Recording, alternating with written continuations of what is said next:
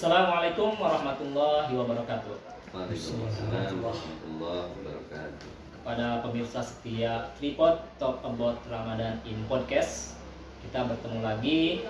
Pada kesempatan kali ini saya ditemani oleh narasumber, yaitu Bapak Dadang Sunandar SPDI. Assalamualaikum, Pak. Sehat? Waalaikumsalam warahmatullahi wabarakatuh. Alhamdulillah. Beliau adalah sekretaris dari Yayasan Dakwah Islam Al-Fatwa Bandung. Nah, pemirsa yang ada di rumah, pada kesempatan kali ini seperti biasa kita akan berbincang santai di bulan Ramadan ini, ya. Nah, nanti jangan lupa ya, untuk Tripod itu tayangnya setiap hari Jumat. Jadi agenda Ramadan atau kajian online yang diadakan di Yayasan Dakwah Islam Al-Fatwa dan bekerja sama dengan DKM Al-Fatwa itu ada kajian Senin sampai Sabtu. Itu kajiannya namanya 7 pijar ya, itu menjelang berbuka. Kemudian di hari Minggunya ada Tripod Talk About Ramadan in Podcast, obrolan seputar Ramadan. Nah, pada kesempatan kali ini kita akan membahas tentang grand design tentang ibadah sholat. Nah, pertanyaannya adalah sholat itu kan sesuatu yang sudah tidak asing lagi ya, apalagi kita sebagai umat muslim sudah diperkenalkan dari kita lahir ya.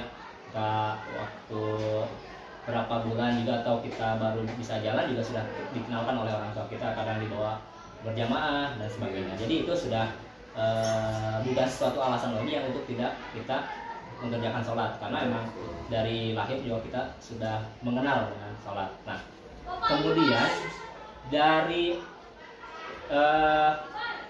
sholat itu pertanyaannya adalah, ketika kita melaksanakan sholat itu apakah hanya menggugurkan kewajiban saja, ataukah sholat itu bisa menghilangkan, mencegah perbuatan keji gitu ya, keji dan mungkar. Karena kan di sholat itu adalah untuk mencegah perbuatan keji dan mungkar. Nah, kemudian satu lagi, sudah benarkah sholat kita? Selama ini kita sholatnya udah benar atau belum? Mangga Pak.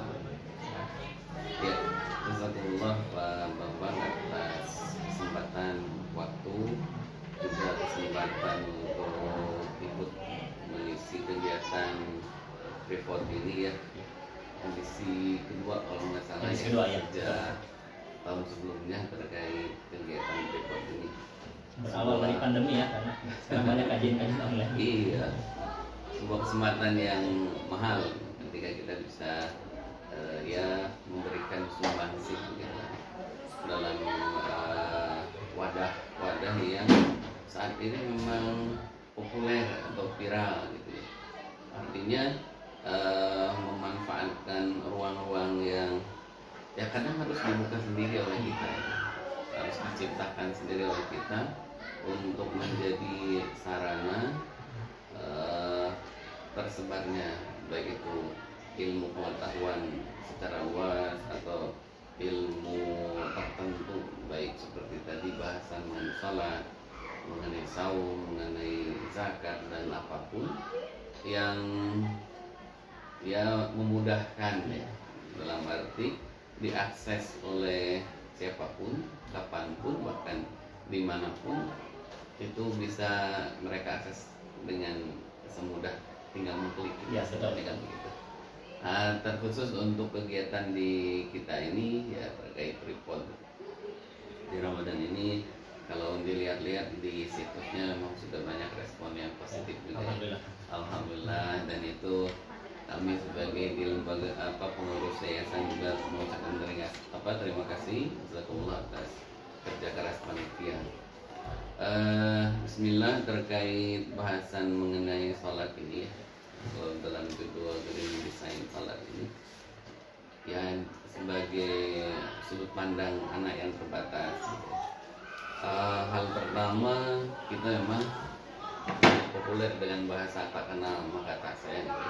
Ta'aruf ya, tak kenal kata ta'aruf. Nah, itu terkecuali atau untuk kaitan dengan perjodohan.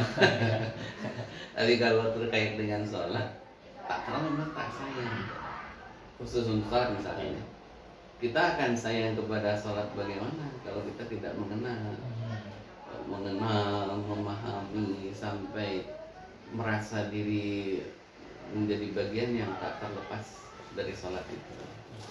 Padahal semakin hari gitu ya, semakin hari ketika kita semakin memahami, mendalami, selain melaksanakan tentu saja, karena inilah kenapa sholat dinamakan sebagai Aimaduddin, sebagai tiang agama. Karena dia memang menjadi center, menjadi center tegak bahkan berkibarnya Islam di muka bumi, dunia sampai akhirat bahkan. Kenapa tidak ada begitu? Ini mah berandai, namanya juga berandai. Andai tidak ada sholat, gak akan segema ini Islam. Gak akan, oh ini riwayatnya bukan 1-2 tahun, sudah hampir 1500 tahun kalau kita hitung sejak zaman dari Rasulullah diutus sampai kita saat ini ya, 1443 Hijrah gitu kan. Yaitu kalau kita lengkapkan misalkan 1443 Hijrah itu penanggalan Hijriah yang ditetapkan Khalifah Umar gitu ya. Kemudian dari tahun kerasulan Rasul Muhammad SAW di usia 40 kan, ditambah masa dakwah beliau 23 gitu ya. Nah itu bukan masa yang sebentar, sudah panjang. Tapi gitu, kalau kita berbicara ya nanti ke kualitas, ke kuantitas saja sementara ini. Ke kuantitas, coba dalam satu waktu sholat berapa juta orang melaksanakan dalam satu perputaran waktu. Zuhur di kita yang berbeda waktu sebelumnya misalkan dengan waktu Indonesia bagian tengah, waktu Indonesia bagian timur, atau kalau di jauh sebelah timur kita negeri ini terus masih ke sana, terus sampai ketemu lagi ke barat dan seterusnya. Dalam perputaran waktu itu tidak henti sholat bergema. Azan juga. Iya. Yang minimal kan sholat itu dilaksanakan secara sendiri, apalagi kalau hitung berjamaah kan begitu. Sebuah universal nilainya yang sangat luar biasa daripada sholat itu. Maka kembali lagi ke kalimat tadi, tak kenal maka tak sayang dengan sholat itu. Mesti kita mengenali sholat dengan seksama, sehingga kita rindu untuk sholat, bukan harus dihayal-hayal gitu. Kadang dimarahin dulu. Atau kalau dalam sistem pendidikan harus ada punishment dulu, misalkan gara-gara lambat dalam melaksanakan sholat misalkan. Tidak akan seperti itu. Kita akan kembali pada generasi emas zaman Rasulullah, di mana para sahabat dan Rasul tentu saja saat itu begitu luar biasa beliau bersikap dengan sholatnya. Ada yang bergetar karena takut. Kenapa takut? Logikanya kita dipanggil oleh atasan kita misal, atau orang yang kita hormati begitu luar biasa, hati ini sudah galau ya. Apalagi ini dipanggil sama sang Khalik, pencipta alam semesta, pastilah ada rasa takut yang luar biasa kan gitu. Ada juga dengan rasa rindunya yang terluapkan begitu mendengar panggilan sholat itu lebih dari panggilan seorang kekasih manusiawi gitu. Jadi, luar biasa luapan-luapan seperti itu. Tentu sekali lagi karena kedekatannya dengan sholatnya itu. Kenapa bisa begitu? Ya tentu saja faktornya adalah karena kan orang bisa karena biasa kan. Kalau Allah bisa karena biasa. Setelah biasa itu jadi terasa nantinya. Kan mula terpaksa, kedua terbiasa, ketiga terpaksa. 3T ini Bapak. Mula-mula terpaksa ibadah itu. Kemudian terbiasa, ketiga terasa. Jadi rasa diri dengan sholat itu sudah menjadi sebuah kesatuan yang susah untuk dipisahkan. Itu mula-mula hal.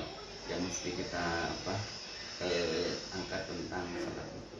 Dan mengenal dulu ya, Dengan sholat. mesti mengenal kita dengan salat, karena akan terasa ya sampai ke sana nikmatnya sholat kalau kita memang hadir di situ, paham di situ, bisa jadi sampai detail daripada sholatnya itu kita kuasai, kita sudah kalau istilah orang mah sudah menjadi jalan kacai, kata orang Sunda kan gitu. Artinya sesuatu yang sudah terbiasa, istilahnya sambil merempuh bisa ya, istilahnya kayak gitu. Itu barangkali sebagai mukadimah. Oke, wah luar biasa ya. Jadi intinya kalau kita tidak mengenal sholat itu lebih dalam ya, tadi seperti pernah mengatakan tak kenal maka tak sayang, kita juga ya jadinya hanya mengukur kewajiban ya. Ya seperti misalnya tadi kata ini menarik, kalau kita menerima panggilan ayang misalnya ayang itu terburu-buru kan pas lihat, oh kan misalkan di tulisnya beda-beda ya, orang-orang menulis mencatat nama HP orang yang spesialnya ya, misal dengan sebutan beb dan sebagainya ya. Nah ketika Allah panggil gitu ya, kalau orang yang sudah mengenal ibadah sholat itu ketika adzan berkumandang itu langsung bergegas gitu. Tidak langsung semua kegiatan itu langsung dihentikan. Jadi menunaikan dulu kewajibannya. Kemudian yang tentang sholat juga, ketika kita sudah mengenal tentang ibadah sholat ini, kemudian ini masih ada gitu ya, termasuk mungkin kita untuk mengenal kehusuan gitu. Karena ketika sholat itu yang tadinya kita misalkan lupa naruh kunci nih ya, naruh kunci pas sholat, oh ternyata ada di belakang pintu misalnya sebagainya. Itu semua ini gitu Pak, untuk meyakinkan kita untuk khusyuk itu emang sudah dilatih juga masih gitu. Emang itu sudah menjadi sifat manusia gitu. Atau mungkin bisa ada tips juga ya, tips untuk bisa kita ibadah dengan khusyuk. Baik. Poin kedua kalau kita urutkan dari tadi, kita mesti juga mengenal tata cara atau praktik atau kaifiyat sifat daripada sholat itu sendiri. Yang minimal dasar ini pengetahuan dasar untuk teknis gitu istilahnya. Karena sebagaimanapun kita sangat merindukan sholat, ingin sholat yang benar, sementara teknisnya belum benar, tentu masih ada hal yang perlu kita perbaiki gitu ya. Nah mulai dari praktek zahirnya dalam arti terminologi daripada sholat itu sendiri kita pahami, mulai dari kita bertakbir, kemudian kita isi dengan rukun-rukun sholat sampai kita ditutup dengan salam ya, dalam pelaksanaan salat itu kita kuasai juga gitu. Artinya kita akan kita tidak akan bisa menjiwai dengan benar ketika penguasaan fisik daripada salat belum terkuasai dengan benar. Contoh ketika kita mengendarai kendaraan bermotor ataupun mobil atau apapun, kalau kita paham rambu-rambu dari instrumen yang ada di motor, instrumen yang ada di mobil, mana sen kanan, sen kiri istilahnya, kemudian lampu dan sebagainya, rem dan lain sebagainya, kita paham itu, nyaman kita dalam mengendarai. Ini belum sampai kepada penjiwaan lebih lanjut dalam penguasaan teknis berkendara yang lebih tinggi lagi ya. Tapi untuk awal dasar kita kenal itu semua. Jadi bagaimana kita takbiratul ihram yang baik, bagaimana kita menyimpan lengan di mana dan seterusnya, kemudian kita membaca suratul Fatihah ataupun surah yang lainnya, ruku, sujud, ruku yang tidak sujud, kemudian duduk di antara dua sujud sampai tasyahud dan salam, itu kita kuasai itu. Walaupun pengajaran bisa dalam arti otodidak, dalam arti ketika seperti anak-anak dibawa oleh orang tuanya itu belajar otodidak banyaknya. Jadi mereka melihat contoh kan, melihat contoh ayahnya misalkan takbiratul ihram dia ikutan dan seterusnya. Itu bagian dari belajar otodidak. Kemudian ketika nanti kita sebagai peserta didik yang lebih tinggi lagi diajarkan dengan kaidah-kaidahnya, dengan ilmu-ilmu lainnya, ada syaratnya, ada rukunnya, ada hal yang membatalkan, kemudian ada hal yang kategori sunnah, gitu ya. Kemudian sunnah pun nanti dibagi lagi, ada abad, ada hayat dan seterusnya. Nah hal-hal itu ketika kita kuasai akan lebih meringankan kita, lebih mendukung sampai kepada pertanyaan tadi terkait naik kepada kualitas. Artinya kita akan ada keinginan atau meniti tangga lebih tinggi lagi dalam arti sampai kepada pelaksanaan sholat yang benar, sholat yang khusyuk, gitu ya. Sebagaimana dalam surah Al-Mu'minun ayat 1, A'udzubillahi minasyaitonir rajim, qad aflahal mu'minun alladzina hum fi sholatihim khashi'un. Sungguh telah bahagia orang-orang yang beriman. Siapa mereka? Di antaranya adalah alladzina hum fi sholatihim khashi'un. Yang mereka ini adalah orang-orang yang khusyuk di dalam sholatnya. Nah, sampai kepada pertanyaan tadi terkait bagaimana atau seperti apa yang namanya khusyuk dalam sholat itu, dengan contoh model kasus bahwa ketika sholat kok yang lupa jadi ingat. Nah bisa gitu, gitu lah. Apakah justru sarana mengingat gitu ya sholat itu, atau ada titik salah yang harus kita ya koreksi misalnya? Pada prinsipnya setiap ibadah apapun itu, ibadah kita tidak lepas dari godaan, gitu ya. Kita mesti ingat ibadah itu adalah sarana untuk mendekatkan diri kepada Allah. Sementara ada yang tidak senang dengan kedekatan kita kepada Allah. Tidak lain dari tidak bukan adalah syaitan dengan segala hal tentara dan pola-pola godaan. Karena kan kalau kadang ada ya masa sholat kita nutup ini pelutit ya, katanya ini adalah pusat di mana setan masuk ketika kita akan sholat. Karena ada yang sampai menahan ketika ini posisinya sampai gini biar fokus gitu, biar fokus. Dan ada juga ketika itu ada yang menganjurkan juga untuk tidak terlalu lama gitu dalam bacaan surat-suratnya gitu. Karena juga itu bisa salah satu jalan gitu, jalan untuk masuknya setan mengganggu kita gitu. Apakah itu bisa dimasuk logika atau baik. Kembali ke masalah khusyuk berarti itu ya. Khusyuk itu memang tarkul ghair li ajlil amal. Fokuslah bahasa kita sekarang. Orang khusyuk itu ya kalau dimodelkan analogi nih, ketika kita naik ya satu kendaraan dengan satu tujuan. Misalkan kalau zaman sebelum banyak motor mobil umum pakai angkot, kita menuju misalkan dari sini dari Muhammad Toha mau ke Cicaheum misal, kita naik kendaraan itu sesuai jurusan di situ ya. Dalam perjalanan banyak yang kita lihat, banyak yang kita dengar, banyak jalur yang kanan kiri belok-belok dan sebagainya, tetapi fokus kita sampai di sana, sampai ke Cicaheum misal. Penting fokus. Nah itu disebut khusyuk. Secara etimologi dan terminologinya jadi seperti itu. Jadi kita fokus kepada yang kita tuju, itu disebut dengan khusyuk.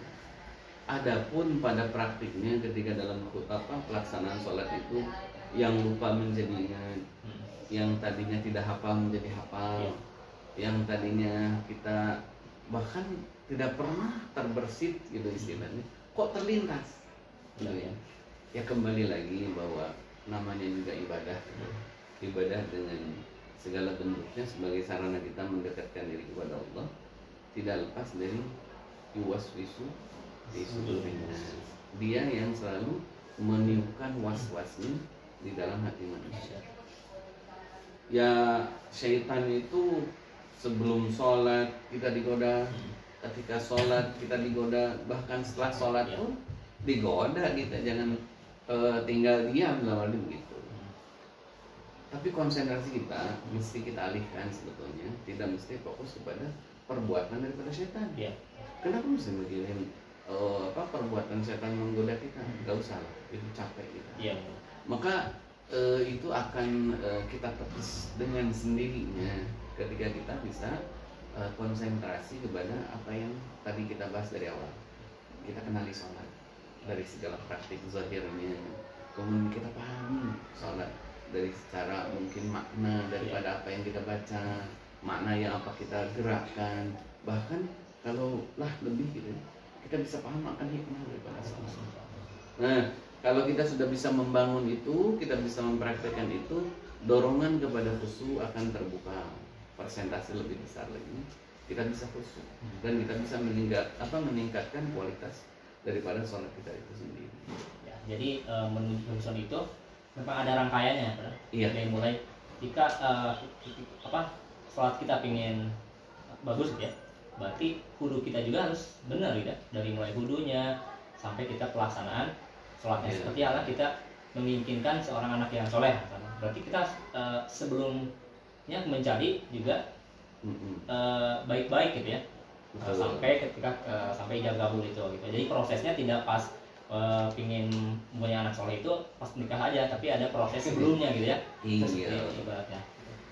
Jadi sebuah rangkaian yang kalau bisa disebut panjang boleh lah gitu ya, rangkaian dari panjang untuk sampai kepada kita khusyuk dengan sebenarnya.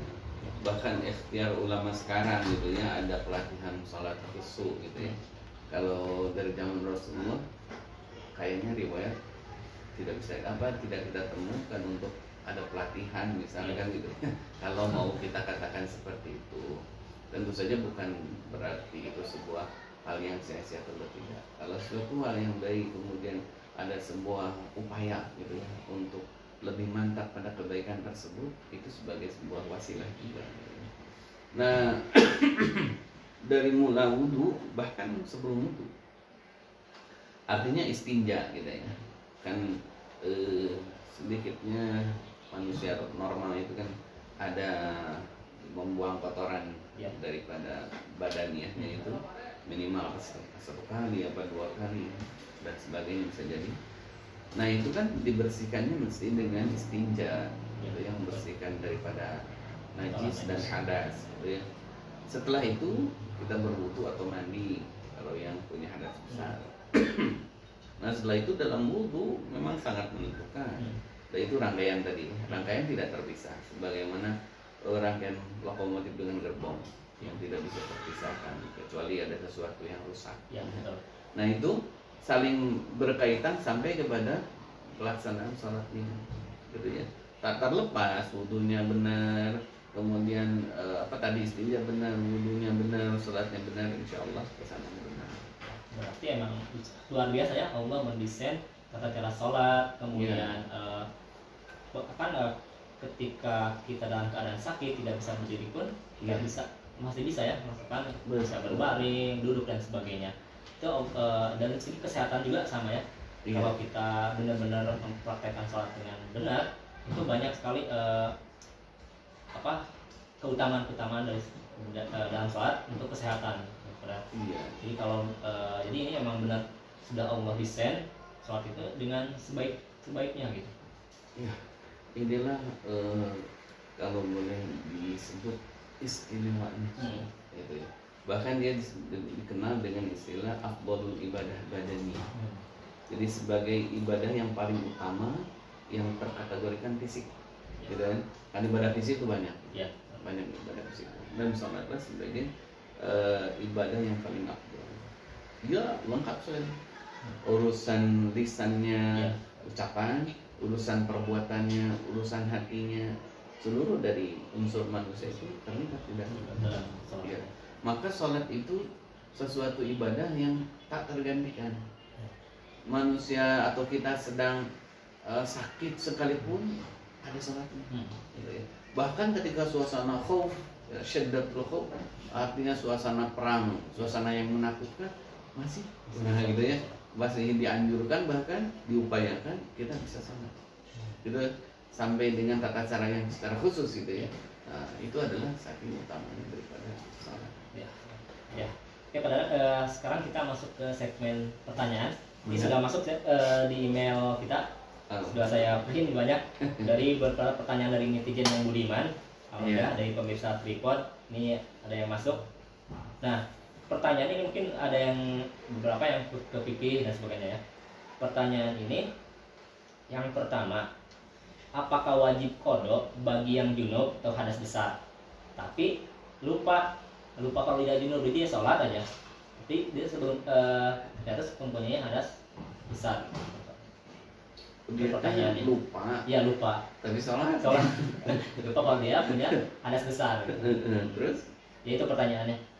Ini dari Salman Prikitiu. Ini pertanyaan. Baik, terima kasih atas pertanyaan. Iya. Namanya juga lupa.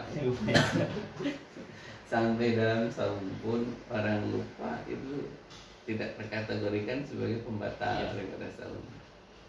Sementara pada salat kaitannya dengan qadha. Kecuali emang sengaja. Dalam qadha sekalipun memang ada ikhtilaf di sana. Ada yang mengakui adanya qadha, ada yang mengakui ada berpendapat tidak adanya qadha. Ya itu mah monggo lah ya istilahnya kalau wilayah ikhtilaf, selama kategori ikhtilaf yang tanawu, istilahnya ikhtilaf yang berwarna beragam, yang ada dasar dalil untuk menunjukkan kebolehan daripada perbuatan tersebut, kita saling sangat menghargai dan menghormati. Namun pada prinsipnya gitu ya, itu mah judul besarnya karena lupa sebetulnya gitu ya, karena lupa.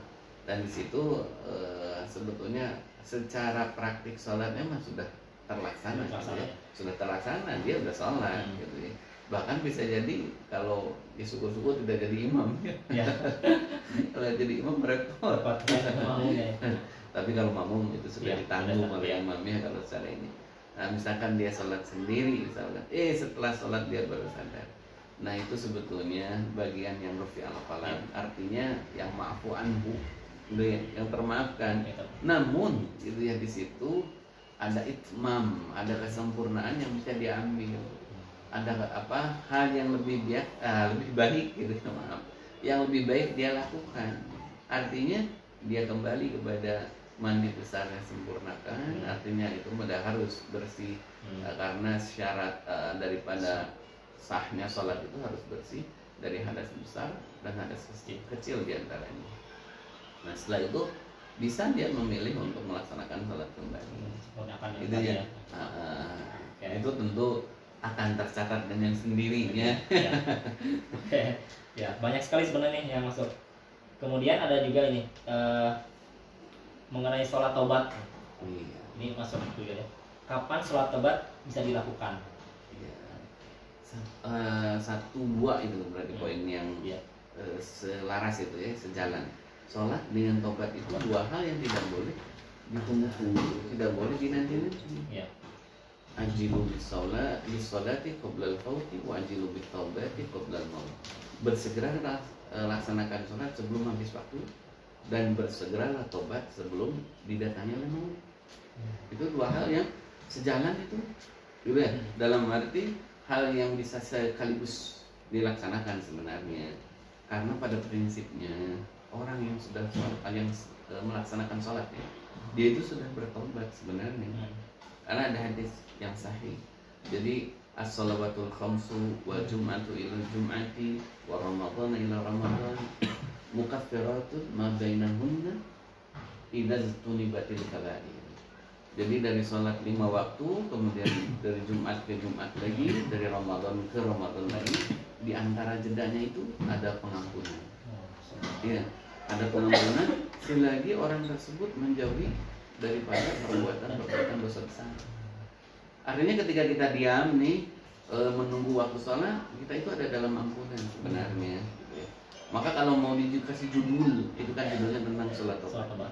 Mau kita dikasih judul sholat tobat, itu silahkan saja kalau mau dikasih judul. Karena ada di antara saudara-saudara kita yang melakukan pelaksanaan secara khusus tentang sholat tobat tersebut.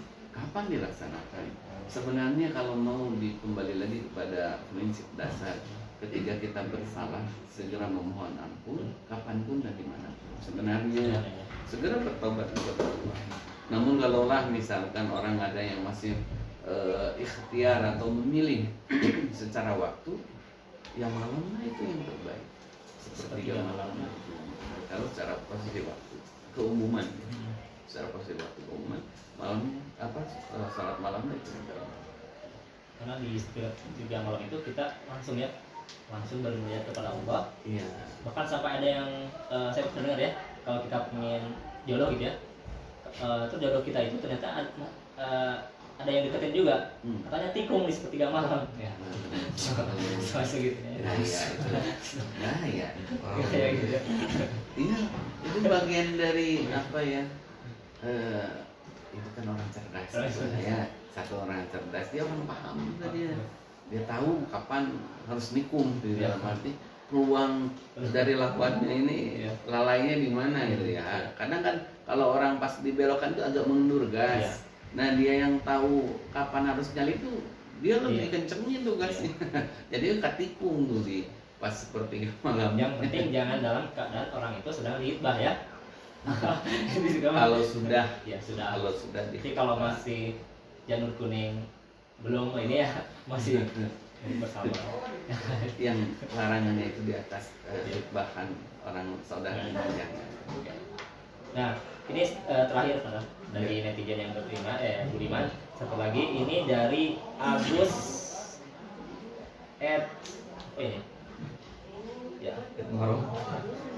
Agus Sodako namanya sini. Ya, jadi pandai Sodako ya.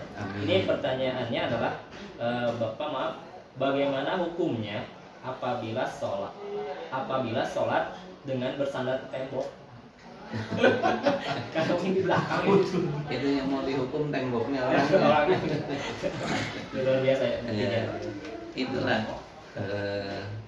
kadang punten kan ada hadis semakin baik daripada si keislaman seorang dia semakin berkurang hal-hal yang kurang bermanfaat. Urusannya dengan sholat dan tembok itu sebenarnya tidak ada urusan. Sholat itu di masjid dengan suasana yang nyaman, senggang, kemudian tidak ada hal yang membuat dia tersempitkan dan tersudutkan, itu lebih utama. Gitu. Nah ini misalkan sholatnya di paling ujung masjid misalkan gitu ya, atau dekat tiang misalkan, itu kan bagian ribetnya kalau diperlebar. Tapi pada prinsipnya dia ini kategori apa dulu? Apakah misalkan dia lemah, karena lemahnya dia harus nyender, kan gitu? Apa begitu? Atau dia disuruh ngantuk, malas atau apa misalnya? Hanya malas berdiri gitu, jadinya santai gitu. Iya, kan nggak baik kalau sampai kita bermalas-malasan, karena di situ indikasi daripada orang yang munafik. Idza qamu ila sholati qamu kusala. Mereka itu diantara cirinya apabila berdiri untuk sholat, sholatnya malas-malasan. Nah ini harus diperjelas dulu. Kalau sholatnya kalau dianya memang fisiknya lemah, kemudian lagi sakit atau apa, sehingga dia menyandarkan diri ke tembok, tidak ada masalah kalau seperti itu. Atau sambil duduk aja atau di kursi misalkan, itu ya nggak harus nyandar di tembok misalnya. Boleh satu lagi? Mana? Ya, terakhir ini pertanyaannya, ini ada 10 orang masuk masjid. Mereka melihat orang-orang salat berjamaah sedang dalam tahiyat akhir. Ini berarti masuk ya. Apakah 10 orang yang baru datang itu langsung berjamaah jadi makmum masbuk semua, atau mereka bikin jamaah lagi? Karena ini posisinya tahiyat akhir.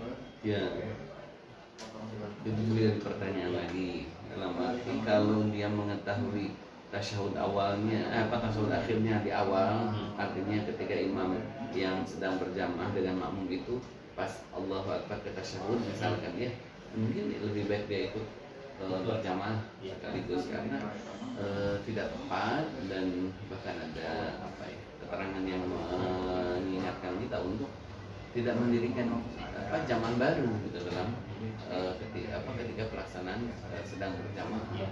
Dibiarkan sampai selesai. Jadi tidak ada jamaah seragam masih selesai ya. Jadi seolah-olah ada jamaah lagi Dua. dalam jamaah, seolah-olah kan begitu. Jadi lebih mengikuti ibadah yang sedang melaksanakan sholat berjamaah. Toh apa yang kita ambil? Berjamaah itu pada prinsipnya justru bersama bareng, gitu ya. Bukan menonjolkan jamaahnya sendiri, bukan. Justru kita berjamaah itu untuk bareng dengan semua. Pahalanya pun nggak pilih-pilih. Siapapun yang berjamaah, orang manapun dan lain sebagainya. Kecuali misalkan dia mah orang yang safar, dan dia melaksanakan qasar atau jamak qasar, itu lain cerita. Kalau jamak qasar mah, gitu ya. Nah ini yang perlu diperjelas lebih rinci lagi. Tapi pada prinsipnya lebih baik mengikuti sholat yang berjamaah dari depan. Toh ketika dia misalkan mengikuti tasyahud akhirnya itu tetap saja kategori berjamaah. Itu ya. Oke, sebenarnya banyak yang masuk ke email kami, cuma sepertinya waktu ya. Oke, misalkan kita, ada statement. Baik, untuk closing statementnya kembali ke urutan kita yang pertama. Memang kenali sholat, supaya kita jatuh hati ke dalam sholat, sehingga sholat itu benar-benar menjadi label kita, bahkan menjadi, kalau bolehlah ya, upaya kita keras itu. Di antara ahlu surga itu kan ada pintu sholat, yang ahli musallin itu ada. Bahkan sholat itu benar-benar sangat efektif untuk mengatasi berbagai permasalahan dunia sampai akhirat, gitu. Jadi apa yang tidak bisa dijawab dengan sholat? Sabar dan sholat. Bahkan sampai tercantum dalam Quran, ista'inu bis-sabri was-shalah. Mintalah kalian pertolongan kepada Allah itu dengan sabar dan sholat. Bahkan sarana untuk dekat kepada Allah itu sholat.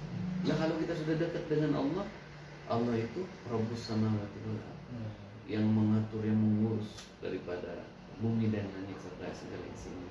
Kalau sudah dekat dengan sang pemiliknya, apapun ini, itu penting kita kenal, dekat, sampai kita jatuh hati kepada Allah. Kemudian perluas kembali masalah pengetahuan kita tentang tata cara teknis pelaksanaan daripada salat. Semakin kita paham, terlepas dari banyak ikhtilaf yang kita temukan, justru itu adalah sebuah peluang untuk kita memilih. Lebih dimudahkan dengan keilmuan kita bisa memilih mana yang lebih meringankan kita. Tapi memang bukan untuk tujuan meringankan, beda kan? Tapi yang meringankan. Nah itu bagian dari. Setelah itu terapkan nilai-nilai sholat dalam keseharian. Sholat banyak membimbing, menuntun, bahkan membentuk kita sebagai karakter yang jangan gitu. Karakter yang kebersamaan yang lebih diutamakan daripada kesendirian, kan begitu. Jamaah. Luar biasa ini. Sebelumnya terima kasih. Ilmunya sangat bermanfaat kepada pemirsa Report yang budiman. Kalau ingin menonton tayangan-tayangan Report di episode sebelumnya atau mungkin yang terlewat, bisa diklik tombol di kanan saya. Nah terakhir, biar channel kita tetap jalan dan kita bisa terus menyajikan kebaikan-kebaikan, ya. Jangan lupa subscribe, like, and subscribe di tombol ini ya, di kiri saya. Terima kasih kepada seluruh pemirsa Report yang ada dimanapun berada. Semoga kajian kami, obrolan kami ini bisa bermanfaat. Mohon maaf bila ada kesalahan. Sekali lagi kita tutup dengan ucapan hamdalah bersama-sama. Alhamdulillahirobbilalamin. Assalamualaikum warahmatullahi wabarakatuh. Talk about Ramadan in Podcast.